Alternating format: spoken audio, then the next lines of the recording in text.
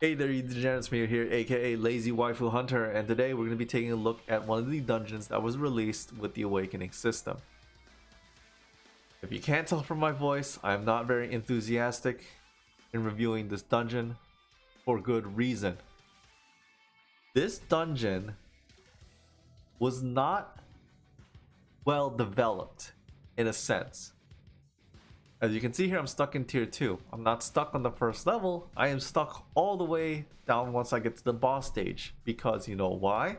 I barely have any awakened units for the blue side. And there is a reason why. I have been trying to rush farm to get Original Zero up to awakened status because I got lucky. And yes, I do mean lucky. I rolled on the gacha and I was able to get Original Zero, a dupe of him to awaken him. The problem doesn't lie in my situation. The problem lies in later levels once you start realizing you need more than one awakened unit. And here's the worst part. There's going to be a time where you're going to need 2-star awakened units. There's no other way to get it other than being lucky on the gacha or wailing on the packs. That's not good game design.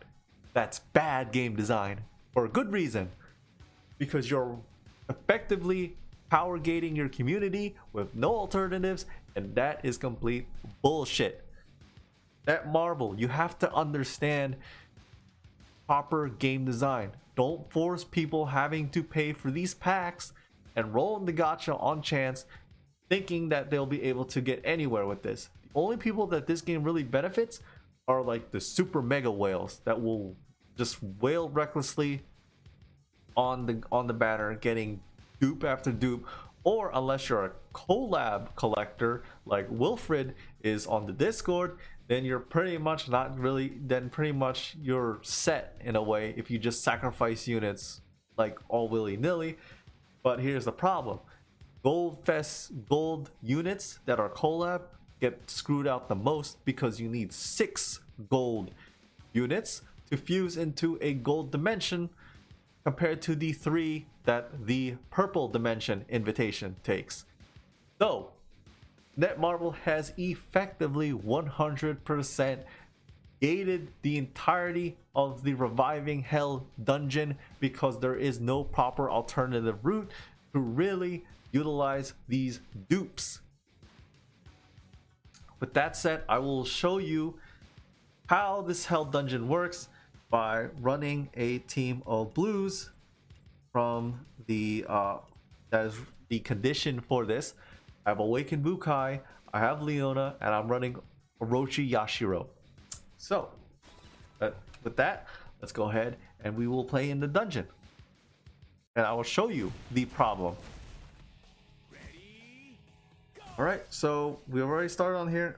I don't know why I have semi-auto on.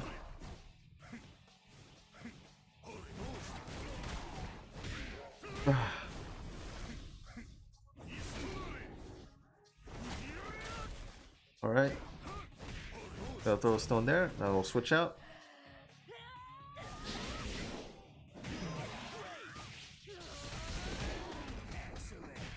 All right, so you can see it doesn't look like I'm having a lot of problem, but these damn tanks are the biggest issues that I'll have once I get down to that area. Okay, these skill clones are annoying, but they're really not much of a difference. So now we'll switch out to Orochi Yashiro because we want to like even out the stuff right here. I love Orochi Yashiro in PvP, not PvE. But when it comes to PvE content, he really lacks. And oh god, this mini boss is in the. Oh, and of course, that's the problem with the Orochi Yashiro is that his PvE is not that great. Oh, and of course the boss just disappears. Amazing. All right, we'll switch down to. What? He disappeared again. Oh wow, that's crazy. Okay, go ahead, use our ult, so that way I don't have to deal with these tanks. This is a lot easier with awakened units, because as you can see, it takes a lot more work compared with the just regular units.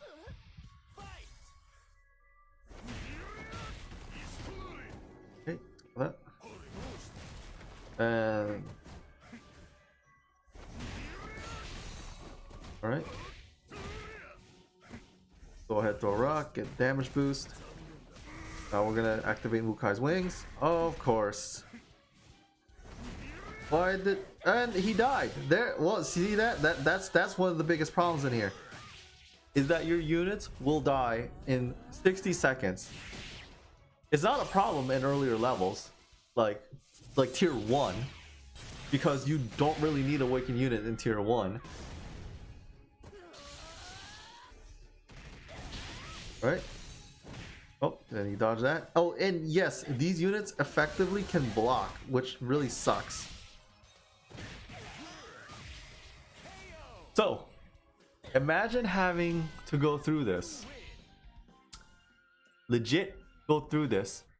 And once you get down to the max, you need more than one awakening unit. You are 100% fucked. You can't really do anything now, can you? Because once you get down to, let's say, the requirements for 2-star awakening, guess what, buddy? You need to roll those dupes.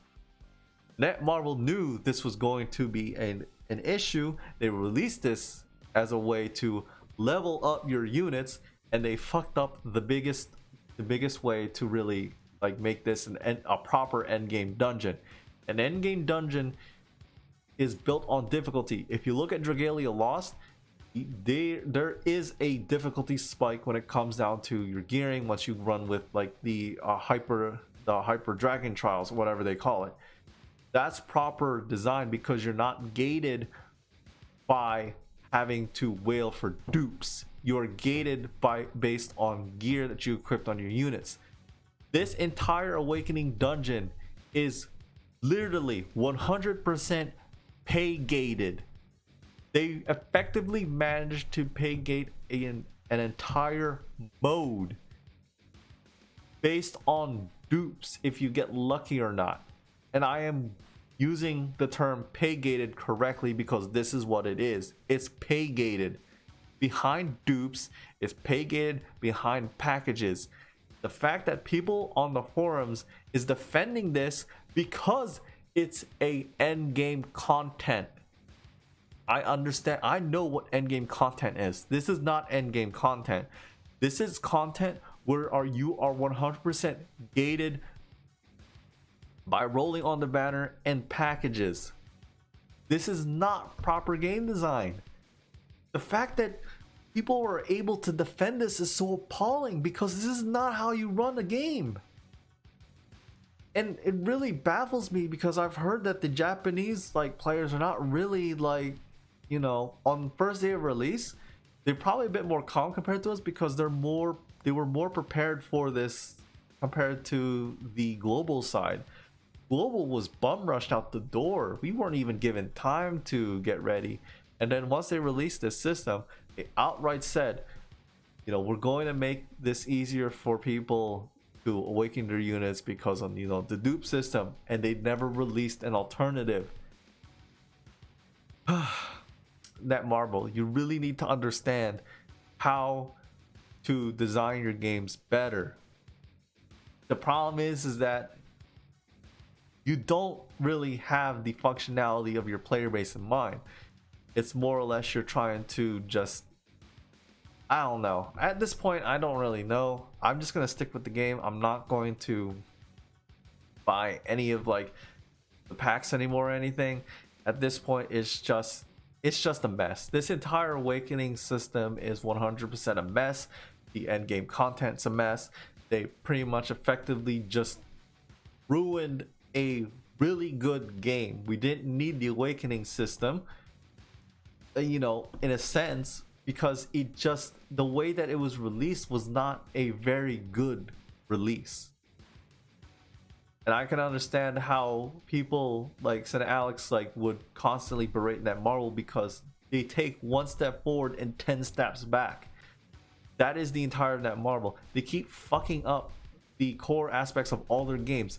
Seven Deadly Sins, within a span of 3 months, was getting cuckolded multiple times. They had controversy after controversy after controversy after controversy, and that is not how you pretty much build up reputation. Seven Deadly Sins as is, if they just followed through with the schedule, would have been a great game.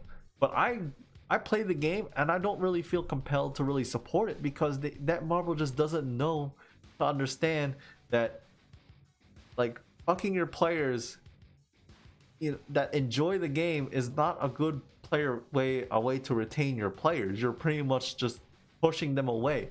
The fact that you have controversy after controversy and not even really acknowledging that is really insane. You barely have anybody like talking or addressing points in the forums. There's no moderation in the forums. The Discord that I am in is run better compared to the forums, and it's a Reddit run Discord, community Discord. It's run by the community, people that love King of Fighter All Stars. But there's no possible resolute way that you guys don't know how to run your games and really communicate with your community. It's really appalling. So with that said, that'll be all for today. You know, I hope you guys stay safe. If you like the content, please like and subscribe. And I'll see you guys later. Peace.